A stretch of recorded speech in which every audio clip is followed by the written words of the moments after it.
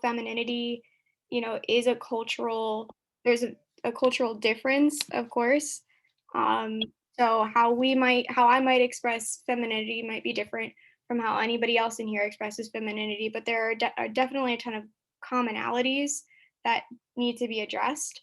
So to kick off the presentation, I'd like to share a video with everyone.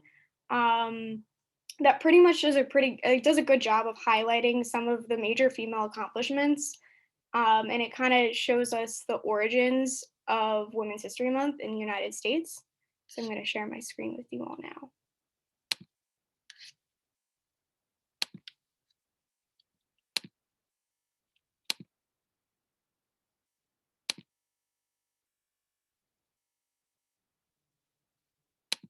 March is the start of Women's History Month. It's a time to honor all of the contributions that women have made over the years for our country and our fight for equal rights. So let's explain what it's all about from the beginning. When you start digging into women's history, a lot of the advancements are probably more recent than you thought. Even the creation of Women's History Month. Let's connect the dots. The origins of Women's History Month are traced back to a school teacher in Sonoma County, California in the 1970s. When she noticed there were not a lot of women in her students' history books, she set out to change that. In 1978, she helped to create a Women's History Week for the district, and the idea spread. Districts across the country started copying the curriculum and using the week to teach kids about unsung female heroes. Eventually, word of what those school teachers were doing reached the White House. In February 1980, President Jimmy Carter called that original teacher from Sonoma, Molly Murphy McGregor, to tell her he was proclaiming the week of March 8th National Women's History Week. In the years that followed, President Reagan followed suit, issuing an annual proclamation designating Women's History Week. It took a few more years for women to get a whole month devoted to their contributions. The Women's National History Project lobbied Congress for a longer holiday. And in 1987, they passed a proclamation establishing Women's History Month.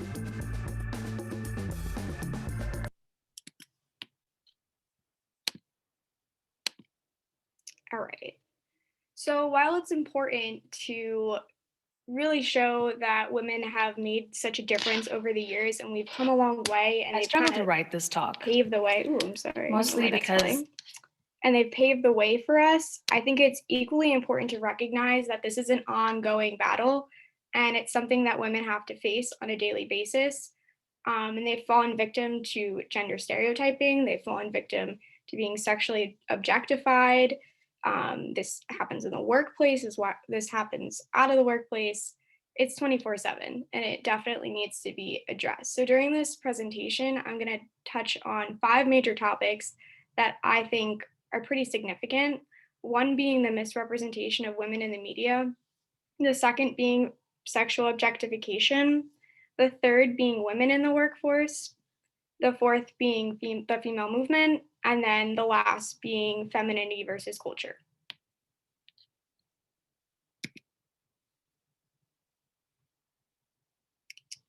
I did not fix that. Oh, there we go.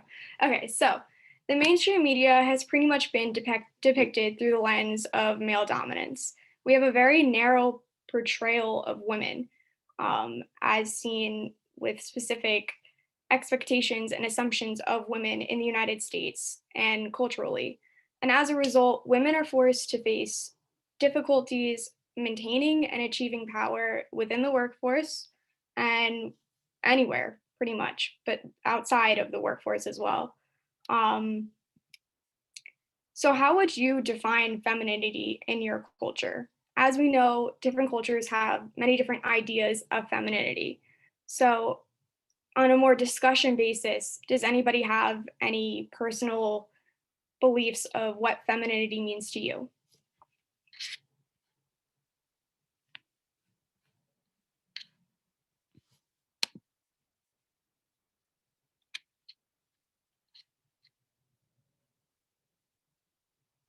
I think personally, I'm trying to figure out what femininity is to me. I feel like I've kind of taken on a lot of what femininity is supposed to be, but that's something that I'm learning right now. So I don't really have like a correct definition for myself, but it's something that I'm learning and working towards finding out. Definitely. And I think many people could definitely relate to that because the definitions that we've been given are very skewed and there is a big bias there. So it's definitely hard to differentiate what we've been socialized to know ourselves as versus who we really are. And I think typically this might not be universal, but for the most part, women are thought to be gentle, sweet-natured, passive, polite, reserved, well kept together, attractive, attentive. We're pretty much told to be something that we may not feel we actually need to be, you know? And we are taught this when we're young. We're taught this in school. We're taught this from our parents. We're brought up to be this way by our peers, by, our administrative, resources. This is just how we're raised to be. And I think it's important to kind of break away from that stereotype and learn that just because you're given these definitions doesn't mean that that defines who you are. Let's not go in the next one. I would definitely, I don't know, I'd say culturally for me, it's a little bit different. I think as a Latina, people expect me to be more fiery and loud even and outspoken maybe than other women, as opposed to the gentle kind of stereotype and expectation for women. I think it's a little bit flipped, at least in my experience as a woman of color. But obviously that doesn't speak to everybody. So I just wanted to throw that in there. Does anybody Yeah. else have any? Speaking to what Andrea said in the chat about femininity to her is strength and power, I think that definitely could be universal, where from the outside in, looking in as a cisgendered male, I do notice that it's a sort of dual role that uh, that women have to sort of portray, because in a lot of cases, women are supposed to be the backbone of the family while also still portraying a gentle and sweet-natured role. And it can definitely be hard to sort of be a sort of like center of the family while also trying to like portray this oh, everything is perfect attitude about everything. Yeah, I definitely agree. Does anybody else have any personal ideas as to what they may define femininity to be? I see Sam has the little virtual hand up. Yeah, I don't know. I think for everyone, they have their own definition with it, but I feel like, it is kind of, projected in society for, women to be, this hyper feminine being and for men, to be hyper masculine. So I feel like it's more or less, a societal thing because sometimes people, fluctuate from one side to another, So I don't know. I think it's just more like a societal and just kind of like historical thing that has been going on for years and centuries, how women are supposed to, like cook and clean and like those sort of actions. Yeah, definitely. And that actually goes perfectly into my next point with TV and film. Women, and especially women of color, have very few opportunities for any multidimensional roles. And when I mean multidimensional roles, I'm talking that women are seen as more than maybe just the seductress or the femme fatale. We don't get many opportunities to see the full woman in her femininity. We don't get really to see the working woman. We don't get to see the woman who has more power than the male. We don't get to see the woman who is, the most intelligent in the room. A lot of the time we see dominant male characters that kind of overpower the woman. And as a result, her character and her role in the movie is seen as less significant. And that's not in every single movie, but we have seen a ton of movies and TV film and just the industry where it is largely skewed. And we see that only 16% of protagonists in the TV and film industry are female protagonists. I mean, only 16% of protagonists are female. Um, and oftentimes they're not the focal point of the movie or the TV show or whatever the focus is. And then they're seen as sexual beings, as I had said before. Girls in G-rated movies are as likely to be seen wearing revealing clothing as they are in R-rated movies. In the two corners, I put a picture of Jasmine from Aladdin and Tinkerbell from Peter Pan. And on the right, we see the movie American Beauty. I don't know if anybody has seen it, where she is laying completely exposed.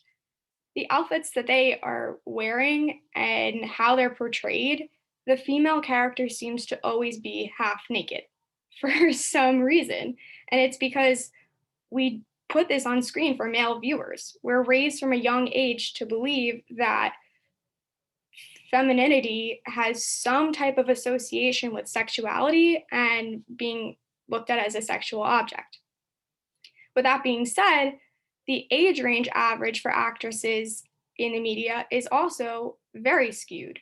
We see women in their 20s and 30s as opposed to in their 40s and 50s and so on into adulthood. And it's pretty disturbing.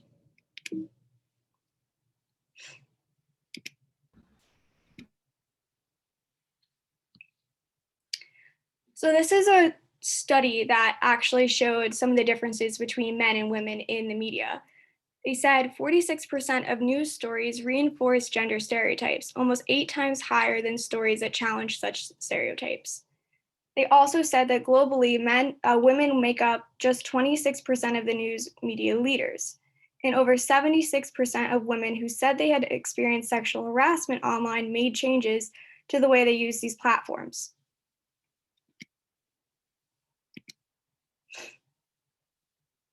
And this is a clip of the media that we see on the news all the time.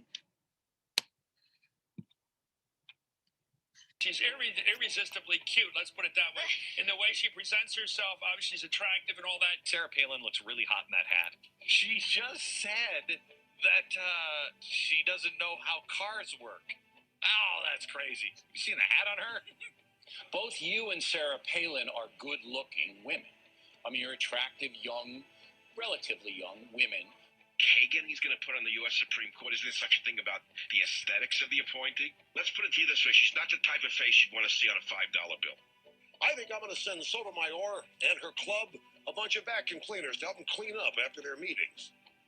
Cynthia McKinney, the former congresswoman from Georgia, was another angry black woman. Look at these ugly skanks who make up the female leadership of the Democratic Party. Do you know that ugly hag, Madeleine Albright? Remember her? A psycho. She was the Secretary of State under Clinton. Remember, like a fat moron.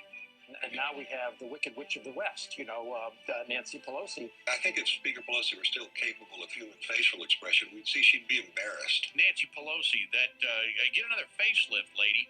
Another reason why it's very rare to find a woman worthy of serving in political office. And it's bye-bye Pelosi. And Hillary Rotten Clinton, her thighness, is no better than Dumbo with the big ears. When she raises her voice, and when a lot of women do, it's as I say, it reaches a point where every husband in America has heard it one time or another. You get a woman in the Oval Office, most powerful person in the world, what's the downside? You mean besides the PMS and the mood swings? So this is just an example, and it's definitely, there's a bit of a bias here because the creators of this was actually taken from a movie called Misrepresentation. They stole clips from real live newscasts that were on national television. They were interviews, they were, radio show hosts that were saying some pretty awful things about women. And when you think about it, this might be a little bit of a generalization, but this is the type of media that men, women, adolescents, and children are seeing. And we tend to underestimate the power of children and adolescents. They pick up on these things from a young age and they carry them to adulthood. If this is the media that we're seeing from a young age, how can we grow and move on and develop from that. So, what are some of your thoughts after seeing these clips?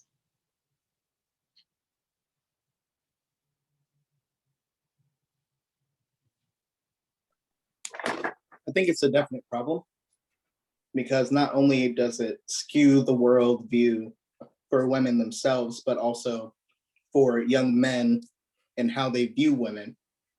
And it starts to perpetuate itself where young men will see these news clips and look up to these people and see that, oh, it's okay to mistreat women. It's okay to talk about them however you want. It's always, and it teaches both men and women that it's always about looks because a majority of those clips always brought up something about the woman's looks and how they're supposed to look and things like that.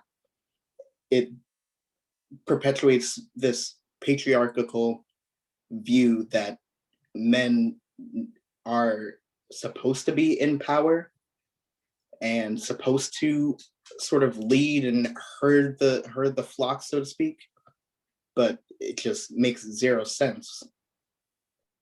Without a doubt. Yeah, most of these clips were not talking about women in a positive way. 90% of them were actually all of them were negative. And a lot of them were about our political leaders, which is even more disturbing that this is the type of media that's being put on television for everyone and anyone to see. Does anybody else have any opinions, thoughts, concerns before I move on to the next slide?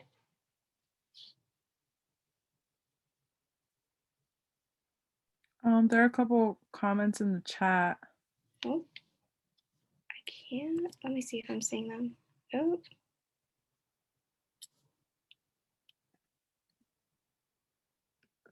Let's see. Well, I want to add something like I belong to Asia, South Asia, and we have also such discussions that media is portraying women sexual entity rather than like a person. And although we don't have such body revealing as compared to uh, this the you showed in cartoons and movies, but still there is a debate about exposing women body parts to present them as a sex appealing body rather than like a human being. And same way things are being discussed here, and it's very surprising for me because with I thought that before coming to US I thought that it's your normal that you like um, people in western countries expose their bodies. It's normal for them, like in beaches, in media, in their daily life, in social media, in Instagram. They just are wearing two pieces, and like that's normal for them. But now I like when I'm in US and I'm observing in my like campus among my classmates, like they wear like full dresses, and even they are not very comfortable when we discuss things like being woman as a sexual entity. And they also have reservation that people get harassed whatever they wear, like same in my country, that it's not about the um, clothing that compel opposite gender to harass a woman, because it's a mental problem rather than like physical problem that a woman want to be harassed because of her short clothing. It's not that thing. And that's actually something that I'm going to touch on in the next topic, especially with respect to sexual assault and sexual harassment. So I'm going to move on to that one. So, as we know, women are sexually objectified by the mainstream media, and we encourage the acceptance of female identities as sex objects for male viewers. And they are oftentimes subjected to sexual harassment and assault in and out of the workplace. As you can see in these ads right here, this is the type of media that we're seeing all the time. Some of them are pretty awful for, for in cultural context. I mean, the clips, the videos, the advertisements that we are seeing, they're hurtful. They're not fair. They don't depict women in the way that they should be depicted. Even things as simple as this. As you see, it looks like a Svedka ad, and it's a woman biting a cherry. Why should that why would that want to influence somebody to go out and now go buy that Svedka? You see her legs are over or held over the martini glass very provocatively. Her nails are clawing into the pineapple. This is the content that the industries are putting out for their consumers. And they think it's going to get them to buy it. This is another clip that really zooms in on young girls and how they portray themselves as a result of the media that is shared and how they feel about themselves. Bathroom and put on like 10 pounds of makeup, and you're at school to learn. I remember fifth grade, I have close friends that will go to the bathroom and put on like 10 pounds of makeup, and you're at school to learn. I remember fifth grade, I was worrying about my weight, and now I'm in ninth grade, I'm still worrying about my weight. As a culture, women are brought up to be fundamentally insecure. Media creates consciousness. And if what gets put out there that creates our consciousness is determined by men, we're not going to make any progress. Little boys and little girls, when they're 7 years old, an equal number want to be president of the United States when they grow up. But then you ask the same question when they're 15, and you see this massive gap emerging. We're shortchanging voices that are urgently needed in public forums from ever getting to the table. As the most powerful country in the world, if you're not standing for the right values and for the right principles, that's a loss for the world. You get a woman in the Oval Office, most powerful person in the world, what's the downside? You mean besides the PMS and the mood swings? The media treats women like shit, and it's horrible, and it's like, I don't know how we survive it. I don't know how we rise above it. You can't be what you can't see. It's extremely important for women to be writing their own stories and giving them to people to really emotionally become impacted by. The media can be an instrument of change. It can awaken people and change minds. It depends on who's piloting the plane.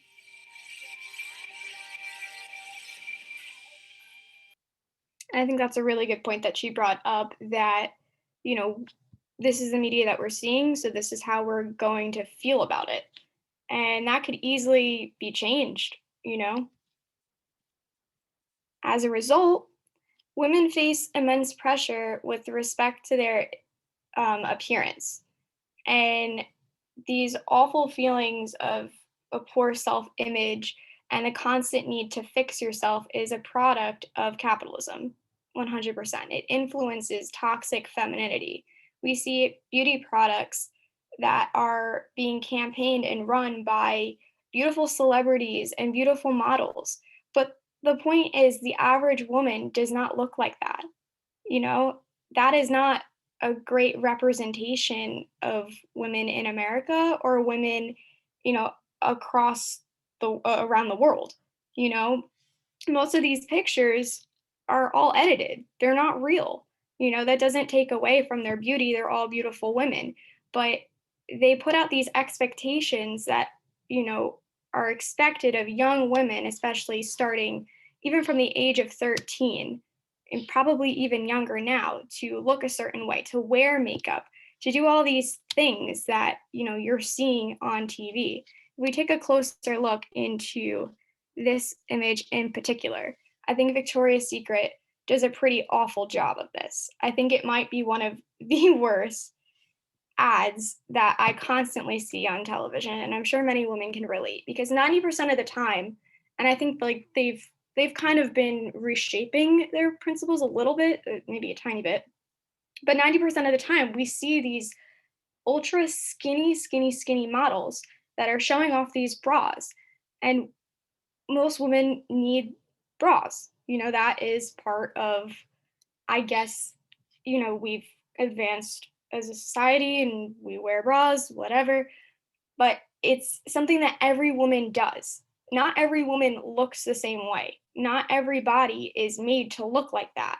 And you see these models where they have their perfect legs, you see their perfect chest and their stomachs, and it's just an unrealistic expectation to live up to. And these images that we're seeing definitely influence eating disorders. They influence poor self body image.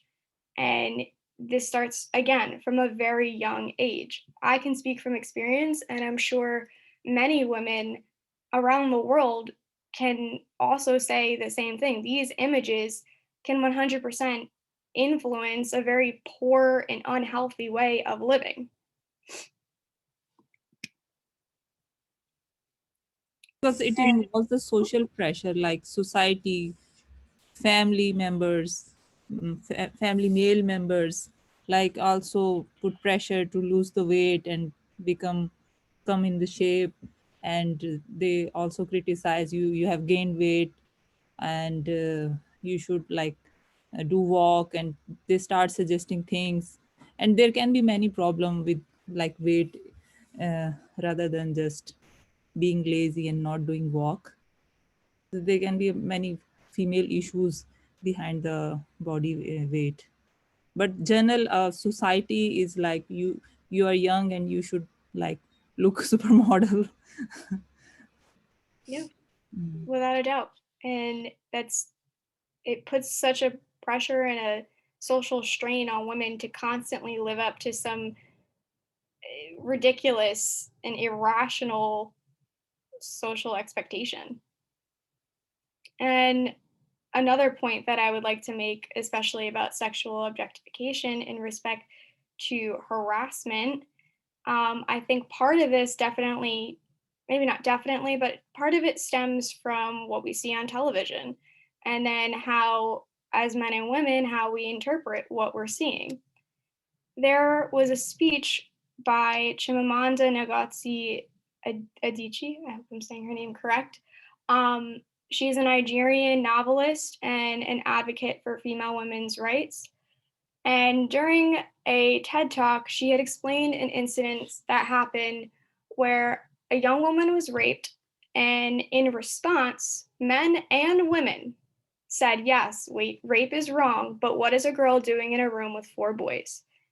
To me, this statement can tell us a lot about female societal views on gender. It tells us that men think of women as guilty, and it also tells us that women accept this idea of men as savage beings. Um, and that definitely plays into living up to social expectations. There's assumptions of women. There is all these different, I would say, subdivisions that fall into the category of our gender stereotypes. What are your feelings on this type of an instance?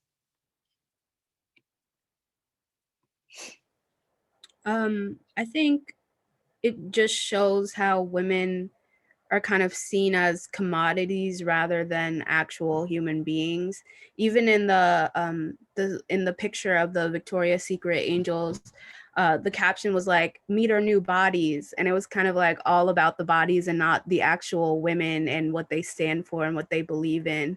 So it's kind of just like we're selling you a product that's being shown on a body. So it's like the body is another product that you're supposed to buy into. So when we hear these statements, it's kind of just like, well, we're just going to place the blame on the women that have been in certain situations because it's their fault. And it's kind of just like, we're not even people at that point. You're just kind of like a commodity that could be bought and sold, and no one really cares what happens to you because you could just pick someone else and like find another woman to assault or do whatever. Yep. And I just wanted to point out in the chat that Kai agreed that the statement was gross and it 100% displaces the blame from the men involved. And, you know, Larry, of course, agreed. And I agree with what you have to say, Kiara. I think it's disturbing that not only men have developed these stereotypical views of women, but women have accepted that idea. And that's something that needs to be changed. It needs to be eradicated, which is why, I think Women's History Month is so important. And it's not just Women's History Month. I mean, this is an everyday thing. But yeah, I definitely agree with everybody's points so far.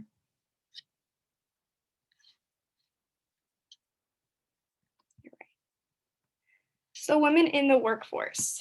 Our younger and older women face many consequences, especially within the domains of male-dominated industries. A lot of the time, they are not taken seriously, and a lot of qualified women miss out on major opportunities. Why is this? A lot of employers like to hire those that are reflections of themselves. When your industry and your corporation is run in a very narrow lens, in a very male-dominated work atmosphere, it's more than likely that you're going to hire people that fit that same mold. And as a result, women are turned down from jobs. Women are probably let go more. There is, as we know, an unequal balance when it comes to their pay. And I think a really notable thing that I wanted to include in the next portion is how women have to appear in the workforce as a result of this bias. So, a woman's glam appearance can actually jeopardize her career. It can make her a target for sexual harassment and sexual assault. B, she might not be taken seriously.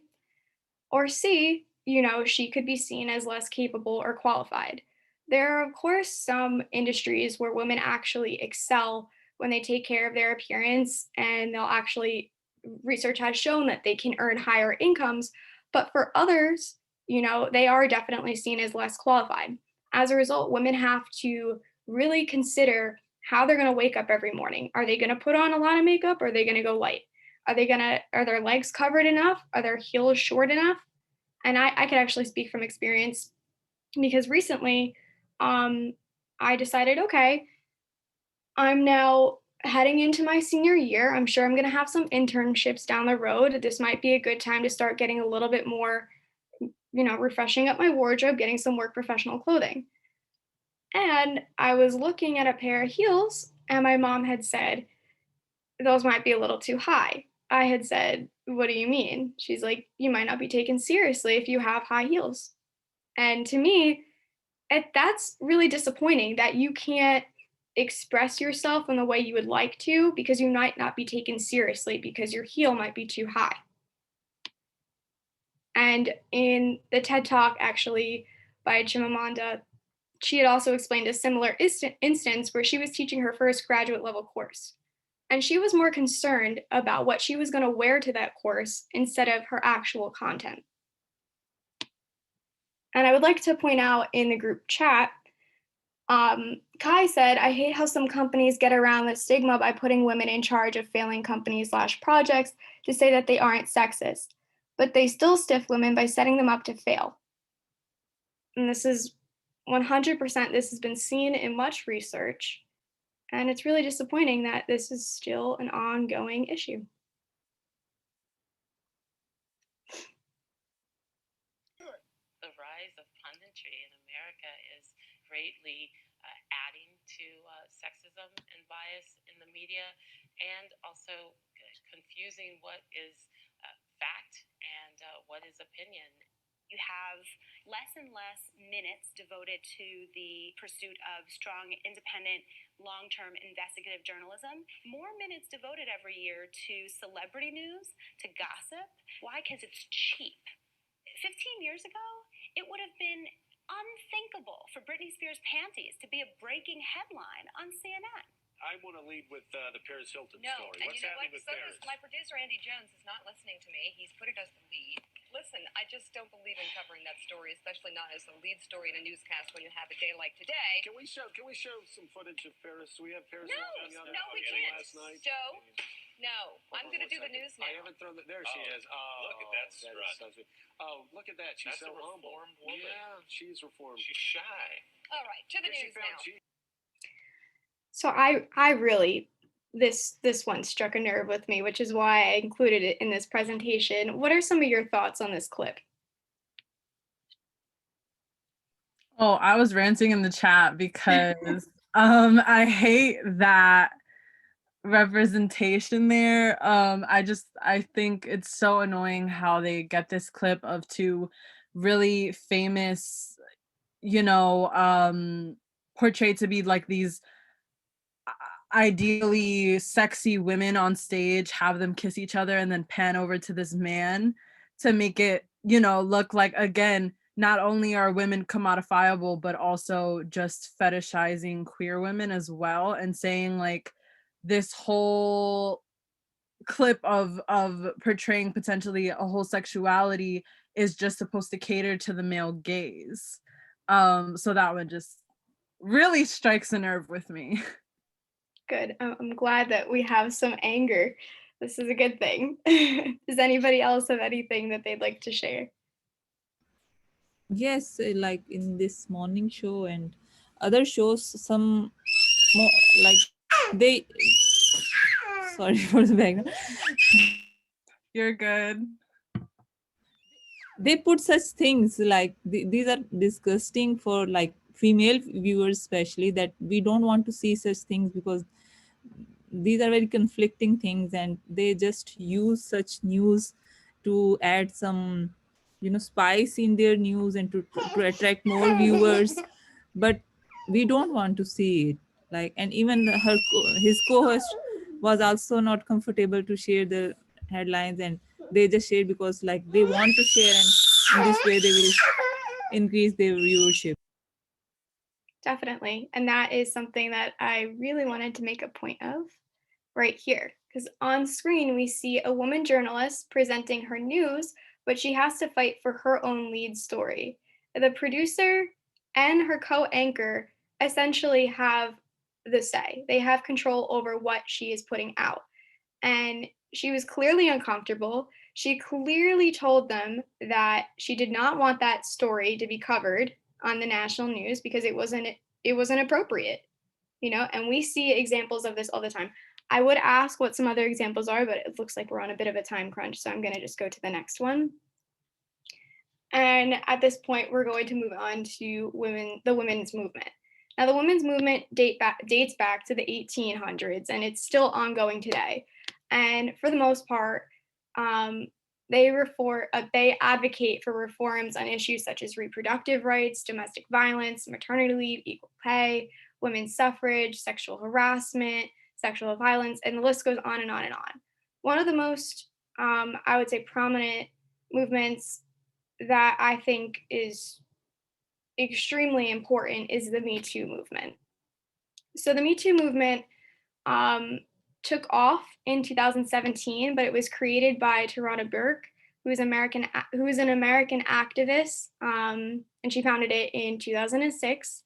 She pretty much created this organization to raise awareness for sexual abuse and assault victims in society. She publicly speaks around the world and organizes workshops to improve the policies in school, the workplaces, places of worship, especially. And she helps these victims realize that, it is not their fault. They cannot blame themselves for these awful occurrences. And women of color and sexual violence is actually really alarming. I found out in a TED talk from Tarana Burke that 84% of trans women were sexually assaulted in 2018. Indigenous women are 3.5 times more likely to be sexually assaulted than any other group. People with disabilities are 7 times more likely to be sexually assaulted. 60% of Black girls experience sexual violence before they turn 18, and thousands of low-wage workers are being sexually harassed right now, and they're working jobs that they cannot afford to leave. And they have to put up with it because they feel that they don't have a voice to address it. Otherwise, their career might be jeopardized. And this is a clip from her TED Talk called Me Too is a Movement, Not a Moment.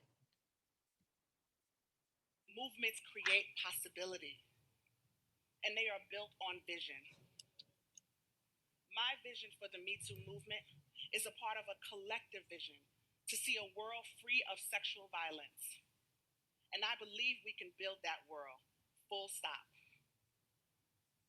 But in order to get there, we have to dramatically shift a culture that propagates the idea that vulnerability is synonymous with permission and that bodily autonomy is not a basic human right. In other words, we have to dismantle the building blocks of sexual violence, power, and privilege. So much of what we hear about the Me Too movement is about individual bad actors or depraved, isolated behavior. And it fails to recognize that anybody in a position of power comes with privilege, and it renders those without that power more vulnerable. Teachers and students, coaches and athletes, law enforcement and citizen, parent and child. These are all relationships that can have an incredible imbalance of power. But we reshape that imbalance by speaking out against it in unison and by creating spaces to speak truth to power.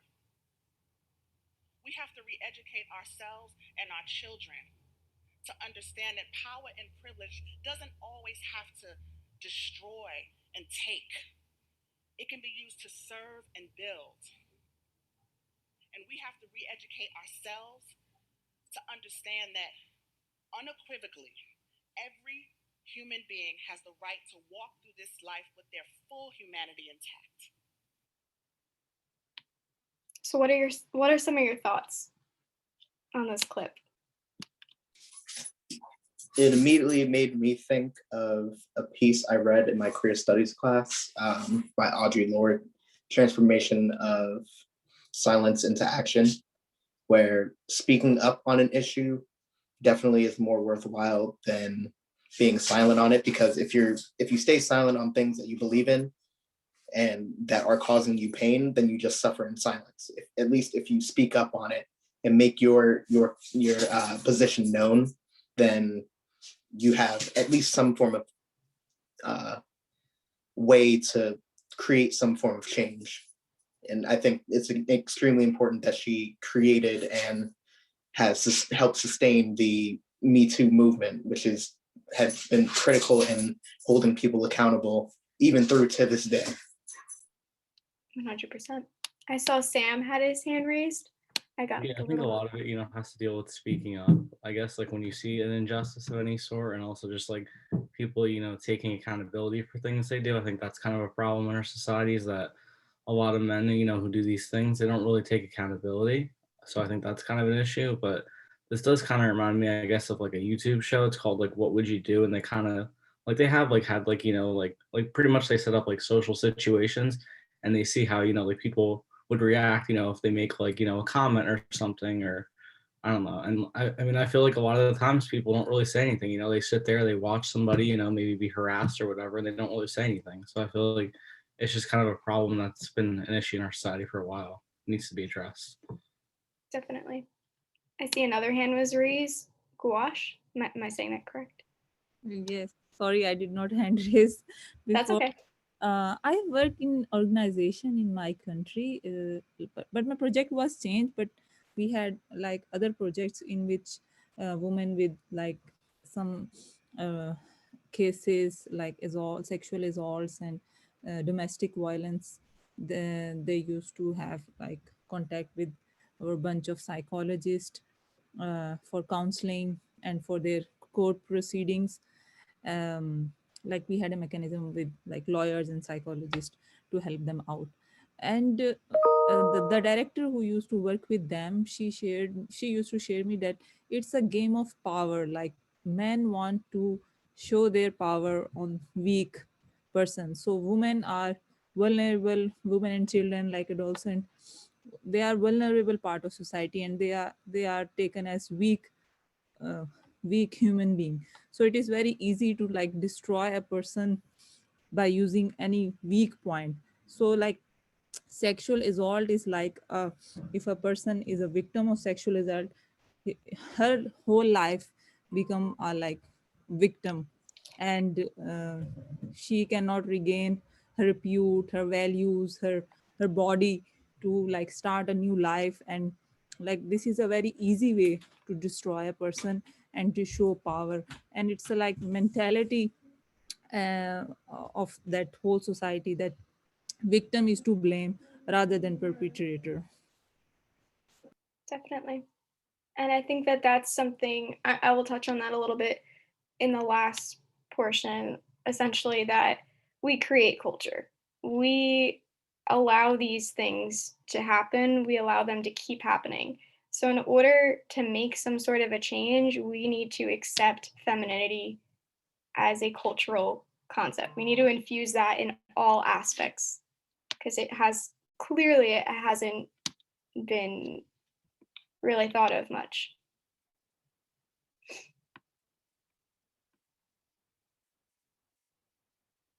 So different cultures, as we have already stated, coexist concurrently. However, culture can often devalue femininity and definitions and expectations of females.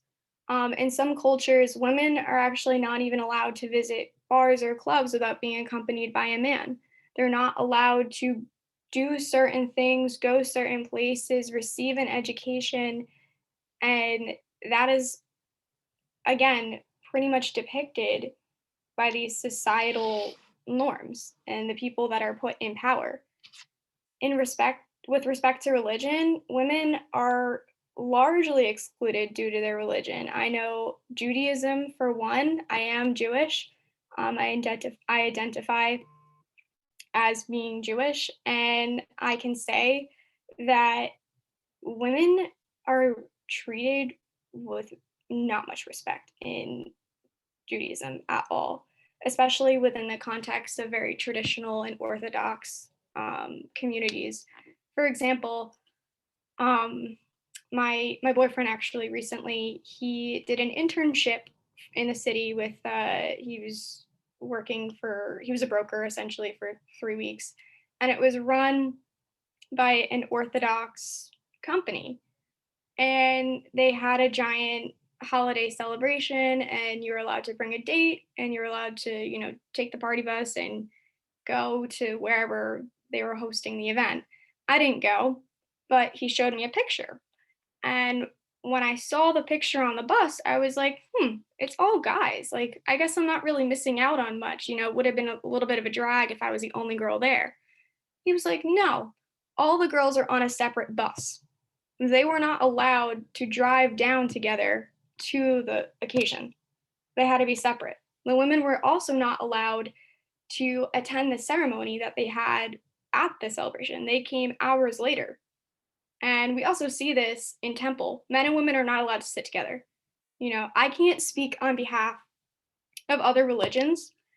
I'm sure other people definitely have personal experiences and things that they would like to share. But what I do know is that women are definitely excluded due to their religion in certain aspects. And they're also excluded from public power, and they're often subject to patriarchal power. May I add something? Yes. So you wrote excluded from like to participate, because you have mentioned Islam also. So I'm Muslim, and like there is a great misconception that women are not like respected, or they are not given equality in Islam. It's quite opposite, because male are make accountable for the whole family, and it's not like they are given more power than women. We have equal rights, but because men are accountable for their things, so they have taken the power, like they have become, they are made a house like head of the house, but like they have snatched all the powers, like, and they treat women like you are dependent on me because I feed you, I give you cloth, I give you education. so you will have to follow me. But it is totally against Islam. So, and it has more like social values rather than religious values. And and it's very normal in like my country that women are not given the right of like choice to get married, to get education. It's very normal because their men have a power to decide for them, and it's not given by Islam. It's their more of social context that they follow rather than religion. Thank you for actually sharing that. I'm glad that you mentioned that because now I learned something and I could definitely keep learning more about that. So I apologize if I maybe worded that wrong. Maybe I didn't fully know, you know what I mean? So thank you. I really do appreciate that. Yeah, that's a like myth and misconception in every place that. Definitely. All right. And the next clip, this is a portion from that TED Talk that I was talking about before called Why We Should All Be Feminists by Chimamanda. So, some people will say that a woman being subordinate to a man is our culture. But culture is constantly changing. I have beautiful twin nieces who are 15 and live in Lagos. If they had been born 100 years ago, they would have been taken away and killed because it was our culture, it was Igbo culture to kill twins. So what is the point of culture? I mean, there's the decorative, the dancing, but also culture really is about preservation and continuity of a people. In my family, I am the child who is most interested in the story of who we are, in our traditions, in the knowledge of ancestral lands. My brothers are not as interested as I am, but I cannot participate. I cannot go to Munna meetings. I cannot have a say because I am female. Culture does not make people. People make culture. So if it is in fact true, so if it is in fact true that the full humanity of women is not our culture, then we must make it our culture.